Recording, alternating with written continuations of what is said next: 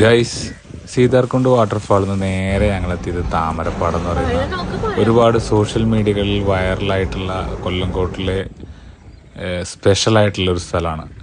ഈ കാണുന്ന വ്യൂ ഒക്കെ ഒരുപാട് പേര് സോഷ്യൽ മീഡിയയിൽ കണ്ടിട്ടുണ്ടായിരുന്നു. ശരിക്കും അതൊരു വീടല്ല, അതൊരു കളപ്പുര തന്നെയാണ്.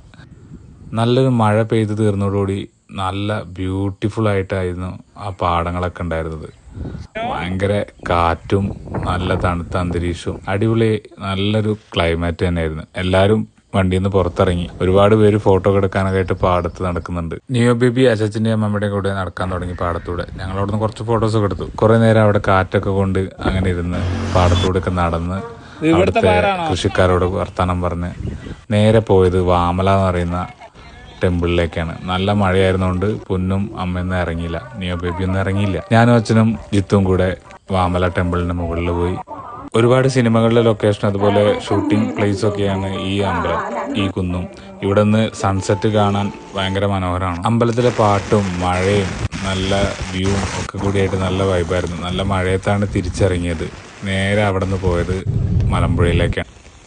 ഞങ്ങളിവിടെ എത്തിയപ്പോഴേക്കും അത്യാവശ്യം ഇരുട്ടായിട്ടുണ്ടായിരുന്നു. എന്നാലും ഞങ്ങൾ മുകളിലൊക്കെ കയറി കാഴ്ചകളൊക്കെ കണ്ടു.